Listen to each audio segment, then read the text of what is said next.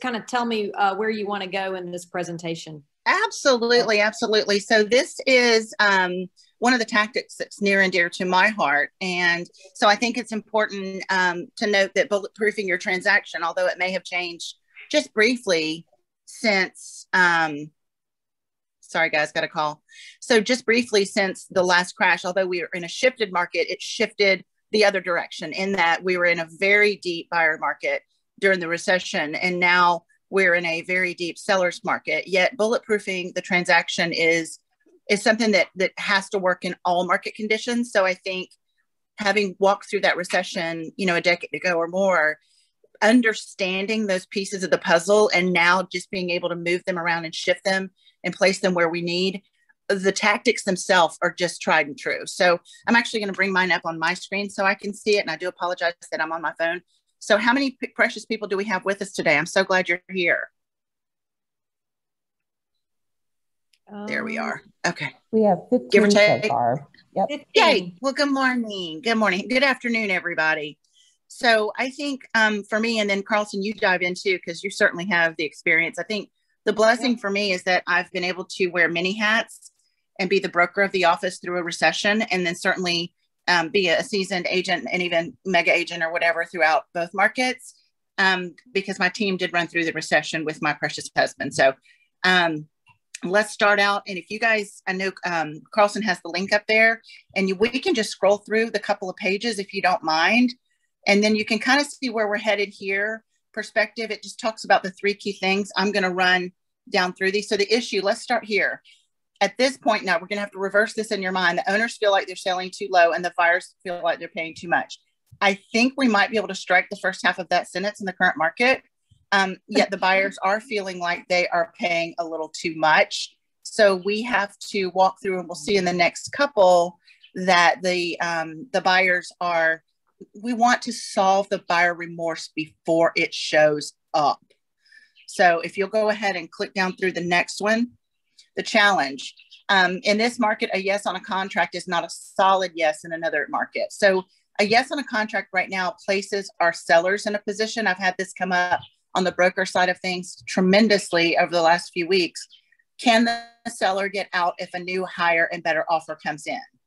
We all know the answer to that. And the answer is not really. Once they're under binding, they're under binding.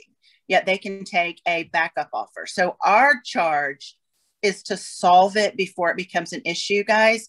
And that all comes through communication, setting expectations and communication. Okay, let's go to the next one.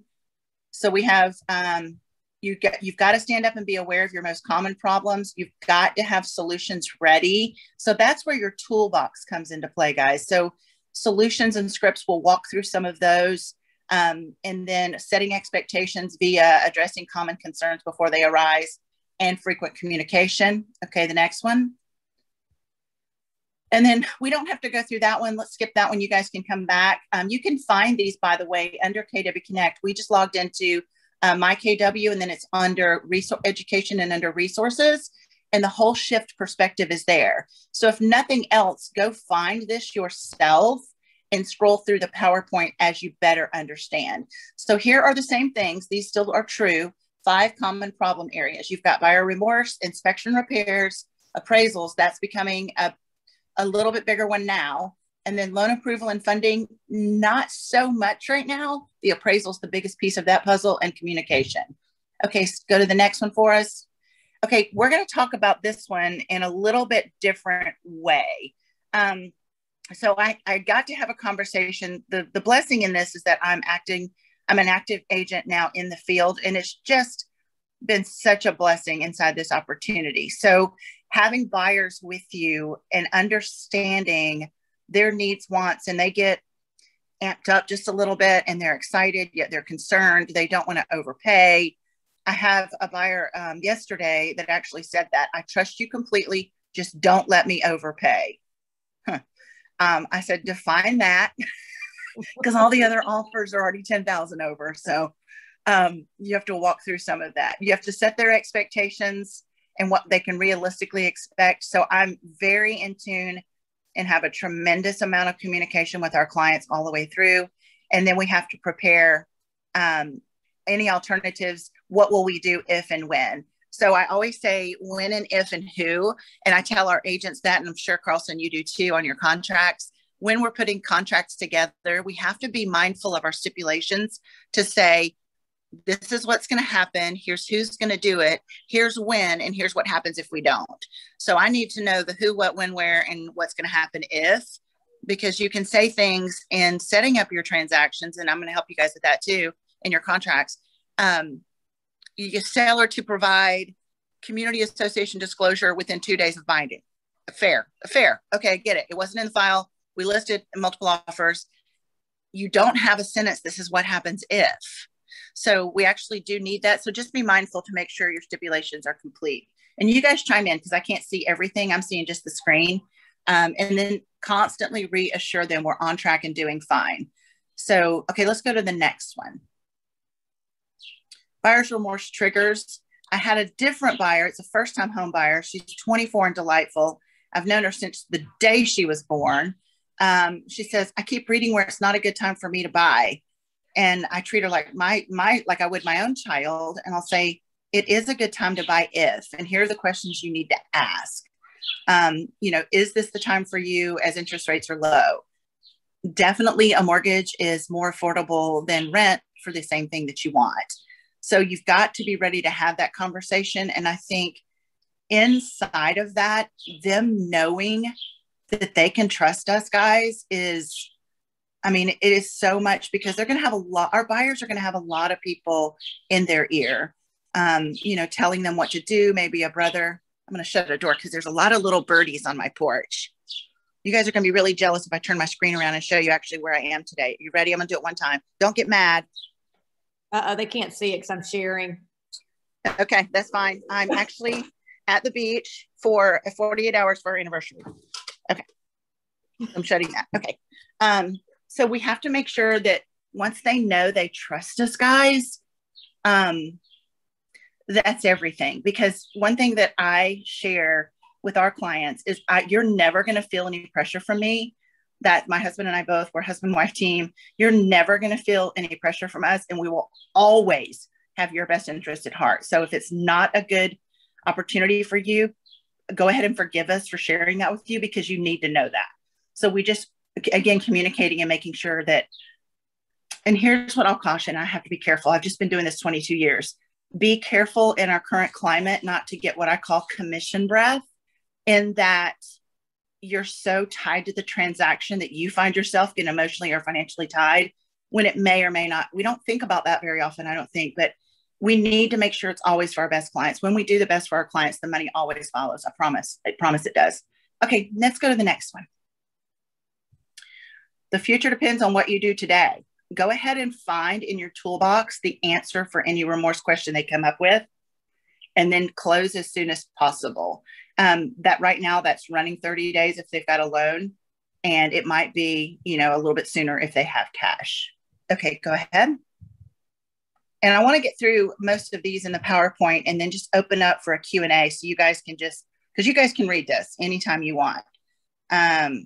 Okay, go ahead and skip that one because they can read these. I want to give a Q&A. You have to constantly resell buyers on their decision. I think that's definitely part of it. I don't say constantly sell them on that. I say keep them confident that they've made the right decision. And if they lose their confidence, we need to see is there a valid reason why? Is there a new highway coming behind it? I had a buyer back out last month because the backyard was just far steeper than they thought. Doesn't bother me. And tune it actually did. And 3 days later, we did have to terminate because it actually did bother them enough to make a different decision. Okay, go ahead. And okay, seller's remorse, do the CMA. I think in our current season, guys, having a CMA ready, this is a cool story, and I'd love just to share it with you briefly. Yesterday, I had a precious showing assistant showing properties. I had to work it very quickly because I did not realize this purchaser needed to act that quickly. So I had a precious showing assistant showing 9 properties for our team yesterday. And in the middle of that, she's communicating. This was so cool. So even if you don't have this opportunity, it's something you can do. Usually when I'm in the field and showing myself, I have to come back and do the CMAs for our purchasers. So we're going to talk about it on both the seller side and the buyer side. The seller side, I do them very, very early. And I actually do a week checkup because the market's shifting so fast. If we list a property at a certain price, I am mindfully paying attention to the market of the moment and how it's moving and what the neighbors are doing. And I update them every week. On the buyer side, yesterday, I was actually able to be at a computer while they're looking at properties. I was able to quickly do CMAs while they were in the field. And that was just a super cool experience. Full transparency, I paid the showing assistant maybe $25 a property. I think it cost me $200. That's just the math of it. So worth it, because then last night of the 9 they saw, she fell in love with 3. Her favorite one we made an offer on, and we won that at 10:30 last night. So it's just really cool when you can navigate those. Okay, go ahead and kick to the next one.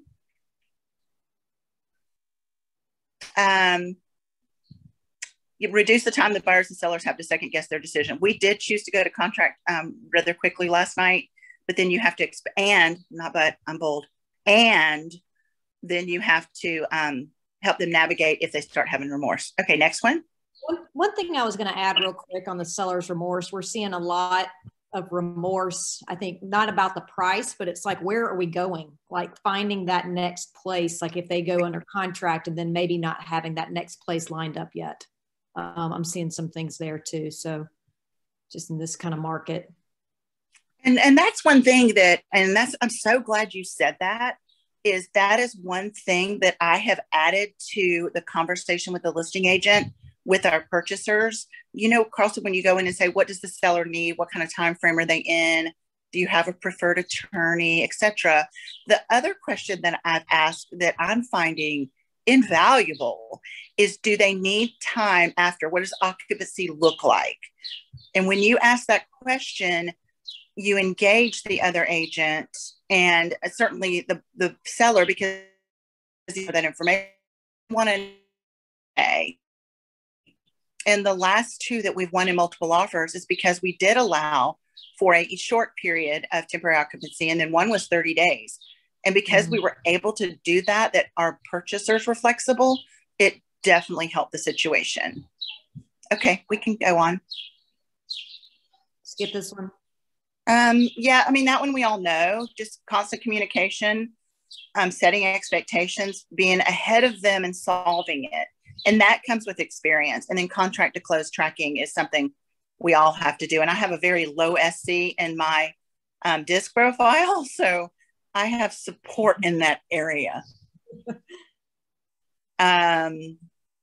Okay, we know that what works when the buyers decide to change their mind. I think the next one better defines it. We can go ahead. Okay, well, let's go back to that one and talk about it for just a second, if you don't mind. So what works when your buyers change their mind? So here's what I'm finding, and I'd love somebody else's opinion. When at times you're winning over so many different offers and then the buyer changes their mind, that's a tough conversation sometimes. So I try to be very careful going in to make sure this is really the one they want and that we just don't have an emotional decision and then emotionally regret it. If something egregious shows up on the inspection report, different story. So what works when your buyer changed their mind about buying the house? Who online wants to chime in and say how you've handled that when your buyer changes their mind? Anybody? I'm seeing a lot of contracts falling out during the due diligence period. So there are a lot of buyers out there that are changing their minds. Okay. Probably because they're having to, and this goes back to our session last week about how to win in multiple offers and why backup offers might not be a bad idea in this type of environment, because buyers are having to make decisions so quickly at a price way above maybe what they were anticipating, at terms that don't necessarily work to their advantage. Right. So I think there's some of that's going on. And I agree, because we typically buy on emotion, and it's hard right now because we've been trained for so long. Let emotions subside before you decide. And in the current market environment, that's not something it's readily able to do. I had one yesterday that I learned of, and these numbers are blowing my mind. And again, I've been in this business since '99, and done a lot of business. Yesterday, a dear friend of mine had listed a property on Friday in Dallas, Georgia, just typical Dallas, Georgia, lovely area. I think, well, it was listed at 189, which is an incredible price. It had 102 showings over the weekend, 102, and 19 offers as of Saturday at noon. It went on the market Friday morning. So you don't have a lot of time to let emotions subside before you decide.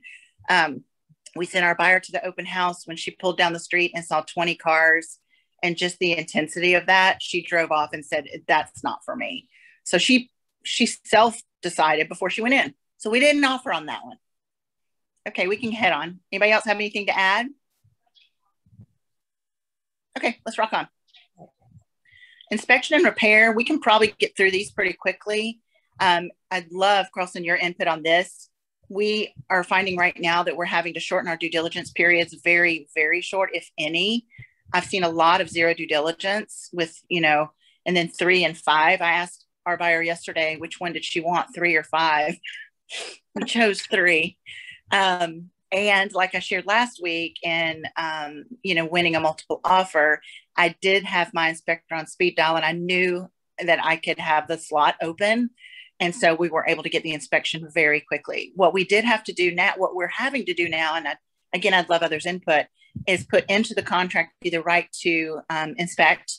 If we do a regular due diligence, I was actually requested, and I appreciate it. It's a fellow Keller Williams agent that gave me the stipulation, and I don't have it on my screen right now. Essentially, it said, all parties agree that buyer will only request repairs required by the lender. And so basically we can't come at them with anything other than if something is required by the lender, and on a conventional loan, that's not going to be anything. So they basically walked into a no repair needed situation, essentially an as is, unless something, shows up tomorrow afternoon in the inspection and we have to terminate inside our 72-hour window. No crazy. Pressure, no diamonds, guys. Okay, move on.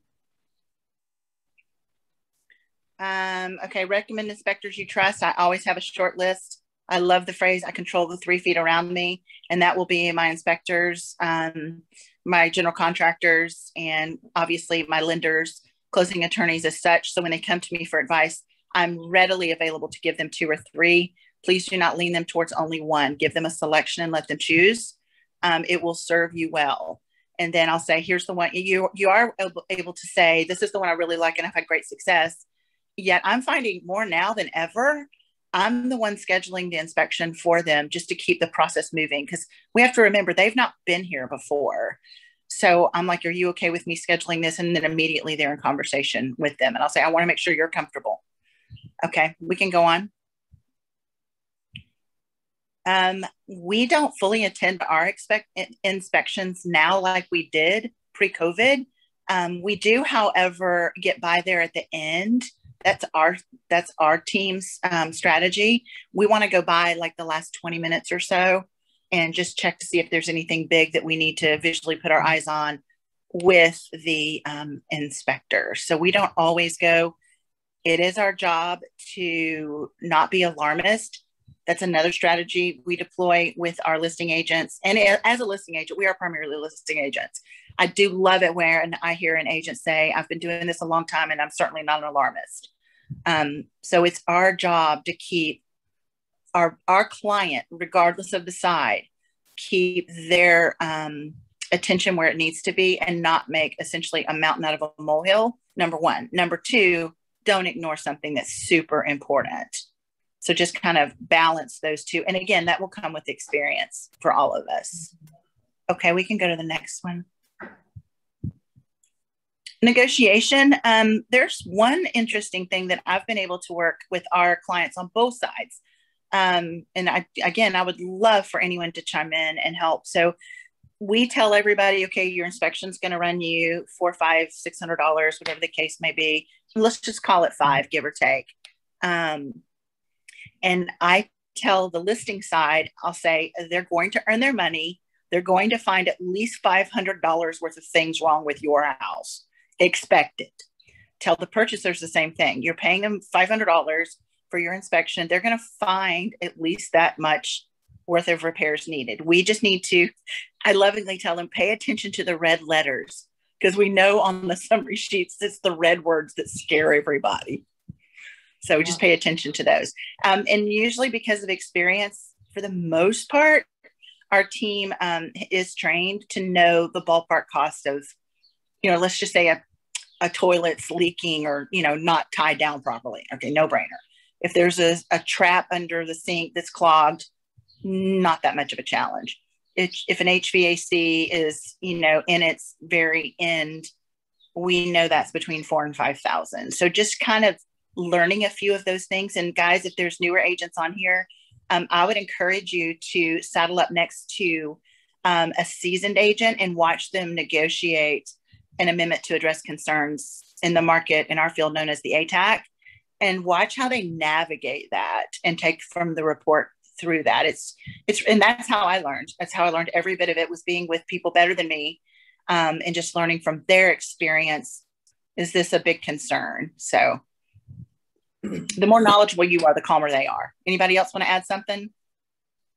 I was just going to say that when it makes sense to do so, it's usually better to get money towards repairs, mainly because there are so many issues that tend to come up when the buyer goes back for their final walkthrough, and whether or not the repairs were done satisfactorily and all that kind of stuff. If the buyer is getting money, then they can select their own contractor and make the repairs as they see fit. It just, to me, it kind of offsets some problems down the road when we're talking about bulletproofing transactions. Right. And I 1000% agree with that. In a couple of ways to do that, we have to be careful. We used to, 7, 8, 10 years ago, we could say, seller to pay $1,500 in lieu of repairs. No lender wants to see that sentence, just so you know. So what we're able to do, and we disclose everything, but if there's a handful of small things like I spoke of earlier, or maybe garbage disposal's gone out or something like that, we can say all closing costs. We may not even have to you can go to the amendment to address concerns if there's a few key things that you need tied up, maybe an licensed electrician to do this, certified plumber to do this, receipts at closing. That's normal. When the buyer, which I encourage, I'll say, you probably want to overlook these repairs yourself. Why don't we position it as closing costs? Because we didn't get them when we went in a multiple offer. Usually we can say, we just do an amendment and say seller to provide $1,500 of buyer closing support. We just don't put in lieu of repairs. No lender wants to see that, guys. Okay, go ahead. Home warranties do alleviate a lot. They're never perfect. And if you've talked to a lot of the home warranty reps right now, they're on the same struggle bus as most of the contractors. They have a limited supply chain right now, yet they're wonderful. I think they're invaluable, especially for newer and first-time home buyers. My sister's had a home warranty on her house for 20 years. That's her thing, and that's fine. So I do think they're a nice way to work around some of them. Let's all be honest and full transparency. I think there's a misnomer that they're going to show up, fix your HVAC one time, and if they don't fix it, they're going to replace the thing. They're going to do everything they can to get it repaired, because them sending somebody out for $150 or $200 is a lot cheaper than a $5,000 replacement. So don't hang your hat on the fact that a home warranty is going to replace your whole septic system or the whole HVAC. It'll protect it as best as can. You do need to set that expectation so that they're not disappointed with you and the warranty company later. Okay. Okay, who wants to chime in? Because we've just shared ours. I think we're good. Anybody? How can we help you? We're looking at the chat lines too, so ask anything. No questions silly. We're all here together. Okay, let's rock on. Who's had any inspection issues they want to bring up? Anybody? We had a quiet bunch today. It's okay. It's Monday. They're tired from the weekend. Lunchtime, so there you go. Okay. Okay, funding. This has not become, thank goodness, as we navigated the short sale, and all of that, loans were quite different. And we all know that a lot of, there you go. A $9,500 to repair. Do you want to talk about that? We had somebody that's hit a chat line. You want to speak on it? Can we help you with it? Yeah, it was actually my very first listing. There was a foundation issue, and not only that, we so she ended up having to pay $9,500 to repair the foundation issue, which was a big, hit for her. But not only that, but we had the house sold above market. We had it for 350. The house sold for 357.5, but the house appraised at 348. So Okay. we had a back and forth going, and we ended up having to lower the house to 350. Okay. Well, and I think, I mean, that's an interesting challenge now. And I guess the good news is, or if there's not, I mean, I think she's probably feeling like she took a $20,000 hit, or 18, whatever the math is. Yeah. Because she thought she sold at 357 and now she's at 348 or 350 minus the 10. The good news is the foundation issue would have been found on any transaction. And so that's the absolute right thing to do. And then when the number feels that big, guys, I run it as a percentage. So something like that, when it comes up, I'll say, you know what, that's actually a 3% repair on the value of the home, or 2.7. I run the actual math because 9,500 sounds a lot bigger than 2.7% of sales price. Yeah. So sometimes I find if I put it in perspective as a percentage, and then you need to forecast them, continue forecasting them forward, so that they, if the new home is exactly what they want and where they're headed. So it sounds like you navigated it well, although there may have been a few bruises along the way. It sounds like you did a wonderful job. Oh, thank you. Yeah. I love the percentage. Congrats on that. Yeah, percentage is awesome.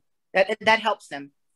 Buyer side, I always tell my my purchasers, and when I'm on the listing side, I'm in touch with that lender very readily. My dog's gonna bark, y'all. I'm sorry.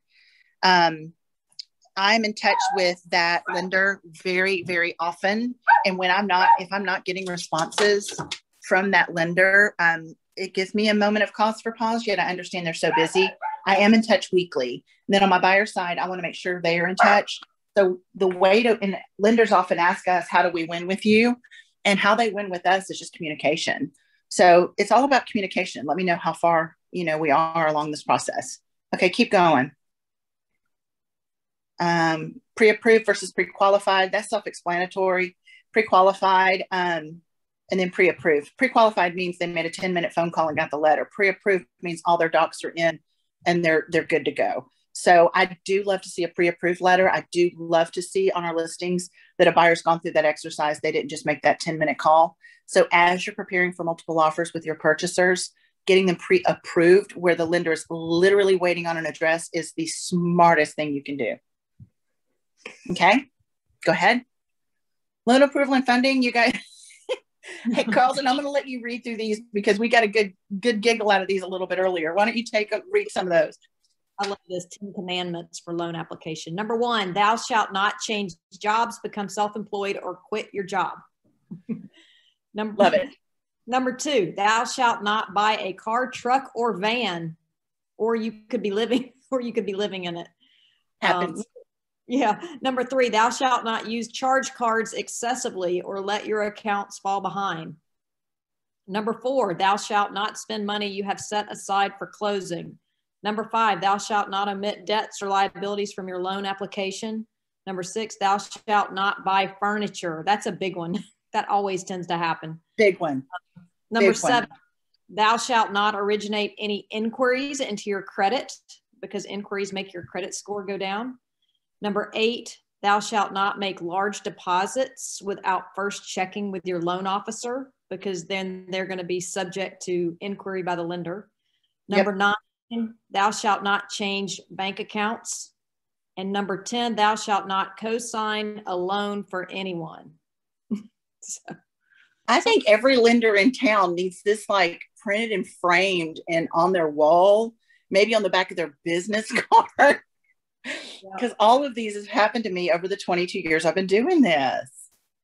And a lot of buyers don't know, honestly. They don't. They're not thinking, and they're not thinking that any of that's going to impact them. They think they've been pre-qualified, they're good to go, and then all of a sudden something happens at the very end where they've done. I had one last year that you can appreciate. It was 2 years ago. after they realized the proceeds they were going to be receiving from their home.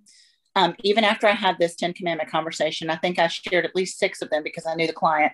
I said, please do not go out and furnish your entire new house. And she's like, well, how are we supposed to have furniture the day we move in? I said, I don't care if we close at 2 and you go at 2:27. You're not going at 1:57. You're not going. No. And she had gone out and reserved it. And she said, can I put it on layaway? I said, you can hold and put a deposit on anything you want. Do not let them touch your credit or anything. They cannot. So actually her mom did it and then they solved it after. So, but any inquiry deep into their credit, it's a cause for pause for the lenders. And I appreciate it. Yep. Does anybody have any questions on what any of these mean or why? I just saw one chat come in. I can't quite read the whole thing. Someone said they had a client that did something. I can't read it.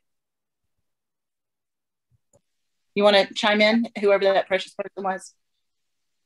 I was just going to say, this is Mandy. Thank you for doing this class, by the way. No, I had a client who called me. Fortunately, she called me. Thank God she called me. We were under contract and she was like, hey, I have a good friend who needs me to co-sign on a loan. I was going to do that this afternoon, yada, yada. And I was like, oh my God. No. So fortunately she called. It's like drugs. Just say no. Just say no. Right. No, don't do anything crazy. She just didn't understand because you're right. Like they don't know what they don't know, you know? And that's our job, which we have a lot of jobs. Right. Thank you for that input. I appreciate that. Okay, let's go to the next one.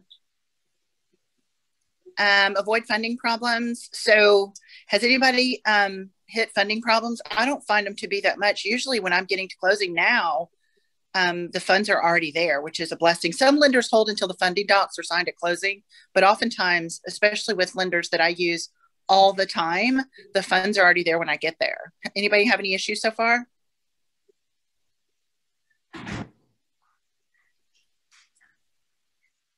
And then I saw someone else ask a question. What was that question someone else posted? Barbara asked if you have to be in your job for 2 years. I'm 99% sure here's how it works. If it's a part-time job, the answer is yes. You have to be there for 2 years if it's a part-time job. If it's full-time employment and your employer can provide a letter, from my understanding, it's 30 days or 2 pay cycles. So if it's a full-time job with the salary or however that works, it's at least 30 days. And then a part-time job is definitely 2 years. The same goes for a business owner. If you've launched your own business, it is a 2 year, and they need to see 2 year tax returns. Yep. Always check with your lender on that too. Yep. Okay, we can go to the next one. Appraisals. This one's going to be fun, and I think we can solve it pretty quickly. What is our job inside to make sure that the appraisal happens, basically? Who wants to chime in and help us? What do you think your role is on either side of the equation to get the appraisal to work? Can you stick your head in the sand? That's not a good strategy. Somebody else dive in. I think it's important to know what the numbers look like for that particular subdivision, because I had an issue where last year the appraisal came in $15,000 less than my list price, and I've been selling for 22 years. And I rebutted it. Bless you, Kim. I rebutted it, and as a matter of fact, we did get an appraiser to come back out and basically evaluate it for the sale price that I had. So you need to really know your numbers. And I used to be an appraiser, so I was really able to back him up off of that transaction sum. But once they write the appraisal, I find that they think they're like Jesus, and they don't want to go back and make any adjustments to it.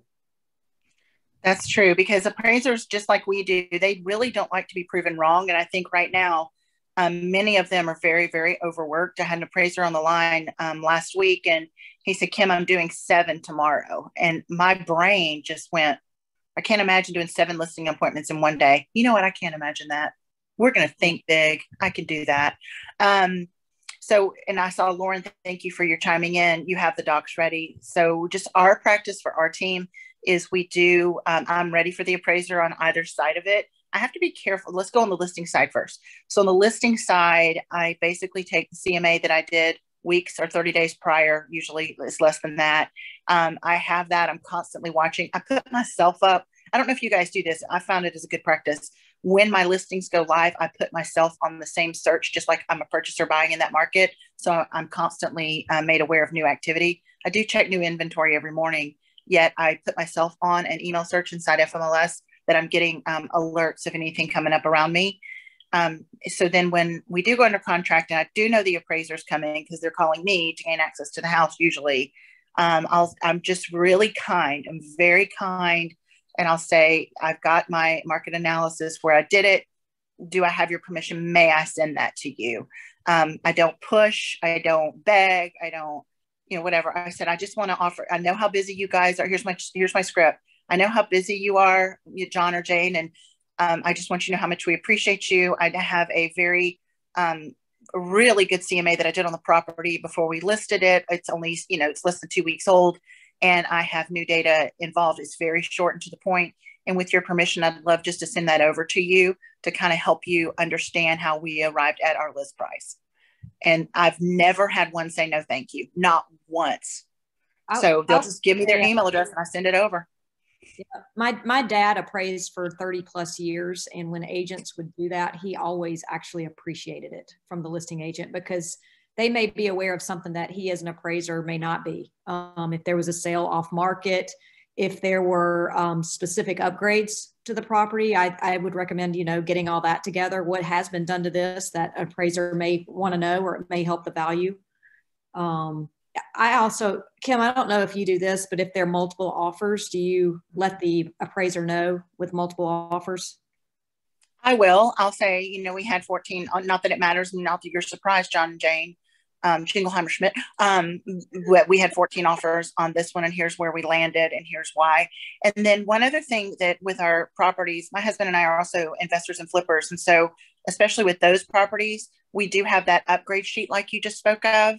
And we usually attach it as a document, and we'll say, new roof, new driveway, new HVAC, new this, we did granite, we did such and such. So that helps because they're going off square footage primarily. They have to. And then they go off of upgrades, yet we know they don't always bring the value that was paid for them. So if you have an update sheet for your listings, even if, since the purchaser bought it 5 years ago, they put all new granite, remodeled bathrooms. Don't just say remodeled bathroom. I do the 4 or 5 things they did. All new tile, new granite, new vanities, new, and it's usually just one sheet because they don't need all of our words. They're trying to do appraisal, inside the whole report inside of an hour. They just need the bullet points. So I make those very easy for them. And then on the buy side, I'm just careful. I've never had to do this, and I did it last week. The listing agent was not that in tune with the program. I'll just be transparent. The house was listed at 315, multiple offer. We went 335. So I called the agent and I said, you may want to adjust it in FMLS to show your new reflected price that you went under contract at. He didn't do it. So guess what it appraised for? 315. Mm-hmm. So my buyers won. I mean, we got a $20,000 price reduction on that thing. Anyway. Hey, what questions do you have? How can we help you? Because I know this is a hot button right now. Who needs help?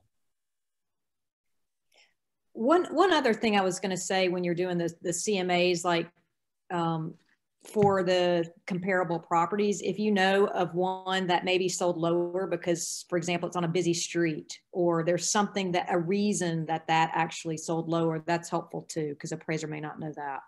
A distress sale, and I'll say this one was a distress sale, and here's why. Yeah. Not that there are many of those these days, but. Yeah, I've got my hands full. I've got one this week that we were supposed to list between 375 and 385.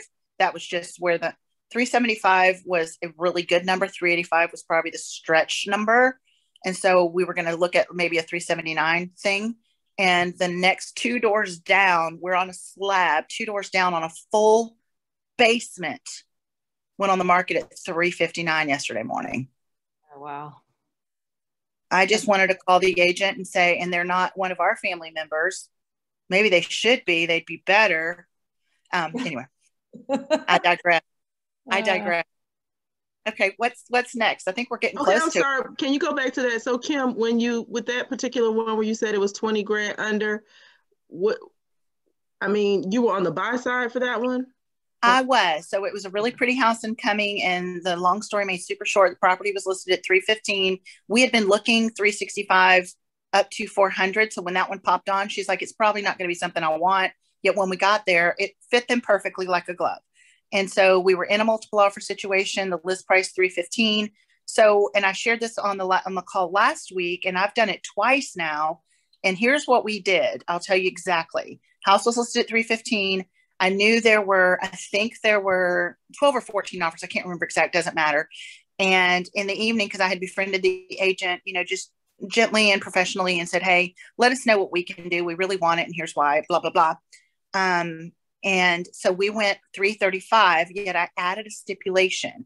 And the stipulation read, all parties, and I'll take it slow, but let me read it. Let me just go out of my brain first, and then I'll slow down. All parties agree and acknowledge, should property not appraise for sales price, buyer hereby agrees to pay, and we put 5,000 in there the first time, 5,000 above appraised value, not to exceed 335. Because here's what I know. The last sale in the neighborhood was like 295. So how they're going to go from 295 to 335 in 4 months, you don't know. So we said that again, all parties agree and acknowledge, should property not appraised for sales price, buyer hereby agrees to pay 5,000 over appraised value, not to exceed 335, which was the price they were willing to pay anyway. They did have a little extra cash, so that helped. So when he came back to me, he said, I'm not sure if it's going to appraise. They know it might not. And he said, if you're willing to go 10,000 over appraised value, you'll beat the other 14 offers. So I went to my client. I said, you don't have to do this. Again, you're not getting any pressure from me. They did have the funds to do that. And this house was far, less expensive than they were first anticipating. So they felt they had a little more margin. And they did. So interestingly enough, the house came back in, and I'm going back through my notes now, but the house actually appraised at 305. With me? Okay, listen. So contract price 335, appraisal 305. List price was 315. So because we did offer 10,000 over appraised value, I'm no mathematician, but 305 and 10 is 315, right? Wow. And so the seller said, we can't do that. And I very professionally went, wah, wah. You actually are, because this is your list price. And so we were able to receive a $20,000 price improvement. I think that's a 1 in a million. I don't think I'll see that again. We won one yesterday the exact same way. The exact same way we won that one at 10:30 last night. We said, should property not appraise? Because it's a little bit of a stretch, not a big one. I think the list price is 245, and the last one in there was 238 or 9. It's not a big one. Mm-hmm. We offered to pay 3,000 over appraised value, not to exceed our current price. So we were able to put a ceiling on what they would take, and the listing agent did not put a floor. If it comes in, he could have saved his clients that money probably had he said not less than, and he didn't do it. Mm-hmm. Thank you for sharing. Thank you. You're welcome. You're so welcome. These appraisal stipulations are important because, you've got the escalation clauses, but if there's no kind of, with the appraisal, the buyer can still usually get out of it with a financing contingency. So I think our conversation from last week got out because on this offer last night, he said, I have that appraisal clause in one other offer. How did you come up with that? I said, I didn't. I don't know. I think we're going to see more and more of it. I wrote it, but let's hope it's good, right? Yeah. All right. I wrote it, but I haven't had it rubber stamped, and I'm not in jail yet. Yeah, I know. Anyway. Okay. What's next? We talked about low appraisals. We've been through that. Okay. Anything else? So I have a question, and it's kind of around the appraisals part. I mean, because we're seeing everything now being multiple offers and multiple thousands over list. How does that really work because I'm a fairly new agent, but I'm just trying to understand, how does that really work when the market turns? Because I mean, if they, in your situation, Kim, where the people bought it at 305, say it did come back in at 350 or whatever, aren't those numbers going to go down once we get out of this bubble that we're in, so to speak? I mean, and what does I that think we'll mean for the see. house long term as far as appraisal? I think we will start seeing a little bit of a downward shift. I don't think we're going to see a rupture of the bubble like we did in 07 and 08. I mean, that one was a cliff dive. So yes, I do not see that as we're, nudging up. I think we will nudge down just a little bit. I don't think these clauses that we're using right now will be using long term. You're correct. I do not. Gotcha. They are the market of the moment. Gotcha. And we're able, because we're Keller Williams agents and we're the brightest bulbs in the box, we're able to pivot and do what's necessary while staying inside contract law and ethics, of course. And then, I mean, for the value later, I mean, because these folks who are buying these houses at way, way more than their appraisal, isn't that saying they're going in with negative equity at that point? I mean, if that's a term. They could be. I haven't had a lot. And I'd love to know the experience on the team. And then we had another chat line come in. I'm not going to let my people way overpay. Yet, let's use that one as an example. 335 would not have been overpaying because the next close, must have been something in that specific little neighborhood because the price per square foot within a 2 to 3 mile radius was much higher. So I had a confidence level, even if they bought at 335, that I tell people, I'll never put you in something that I can't get you out of later. I'm not going to do it. And if you want somebody to do that for you, it's not me. So I just want us to be very cognizant, and they can get emotional and they can overpay. And if they have cash and, I have to have it, and then that's on you. I do like a warning label. I'm their warning label. Please keep in mind this conversation, March the 6th of 2021. I told you. Okay. Thanks so much again. You're welcome. And somebody else put a thing in there. And Matt Pitts is our amazing team leader. Tamara, what was that on? Is that Tamara? I think. She on mute? Yes. Can you hear me? Hey, there you are. Okay. Yeah, we had that same conversation because of the, about the appraisal verbiage on the contracts, and he actually asked Jake from Neil Robinson to come up with a verbiage for that. Right. But I followed it up with Matt, and Matt said that he still hadn't sent him anything. But whatever Matt said was exactly was very similar to what you said. Okay. Well, send me an email. I think was this on your East Cobb listing that you did just a few months back? Yes. I remember talking to you in my office. Yeah, that's right. Yep. Send me an email and I will, kimjeans@kw.com, and I will try to get you something. I'll copy Jake to make sure. All right. And he's adorable, guys. He's a lot like Jake, like from State Farm, but we always make fun of him. We love him. He's our in-house attorney. We just love him. Okay. Thanks, Tamara. Okay. I think we just handled that one. Communication. This is the one, guys, and Carlson, I'd love your input here. I call it the 3 feet radius. So we can always control the 3 feet around us. And all of these within 3 feet of me at all times.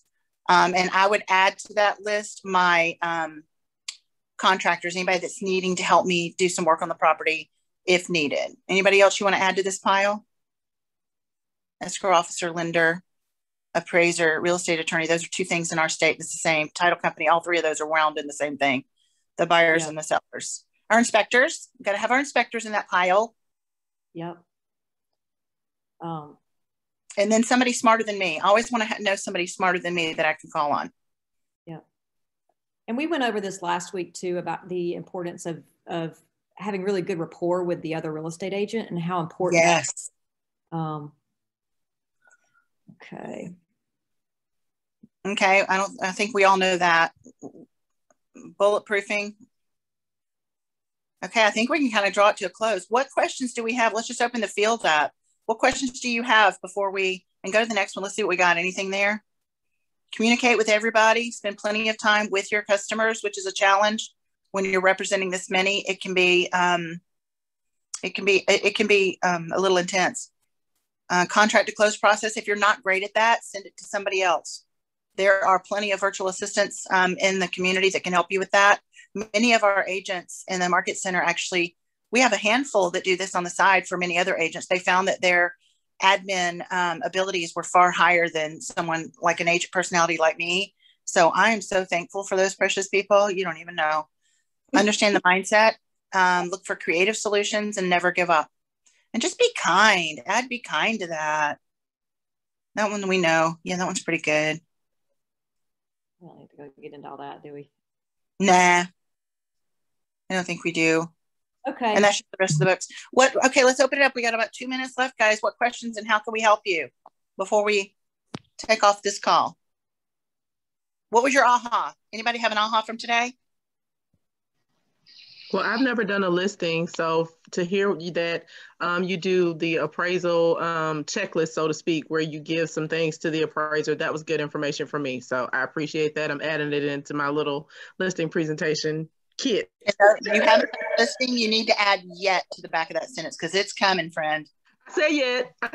I thought it's coming. It is. What do you think about doing pre-appraisals for your listings? Like pros and cons?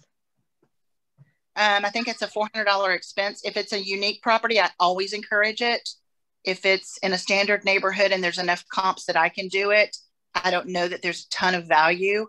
Yet if it's a unique property, I always encourage it. A long story short, I had a home that was basically a cookie cutter in the neighborhood, but they put a ton of money in their backyard with pools and waterfalls and all that. So we did do an appraisal, and that helped my seller see that, oh, I'm not going to get back the whole $160,000 I put back there. The appraiser said it's worth $550, where the neighborhood was drawn like $465 or $485. We did have an appraisal at $550, and we listed it at that, and we got it in 2 days. And that was like a year and a half ago. So they're really cool on unique properties, not always necessary if the comps are more easier.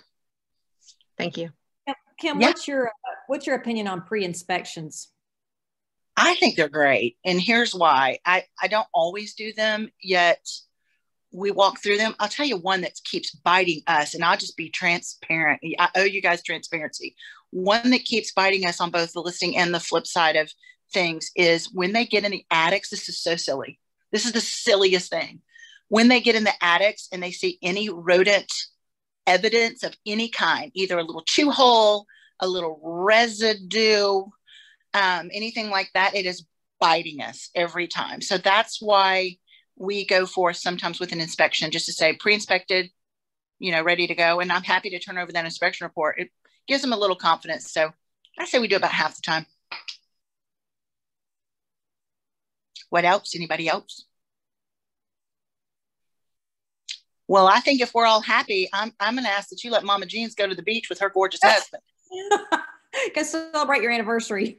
I mean, really, because yesterday, good news, bad news, our 29th was yesterday. And because I had that precious buyer and 9 showings and a new agent, I worked most of the day. So I'm taking the rest of today to be with Mama. Well, go enjoy. And thank you, Kim. All right. We love you guys. Yep. Love you guys. Call us. Thank you so much. Enjoy. Win the day. Win the day. Bye, guys. Bye.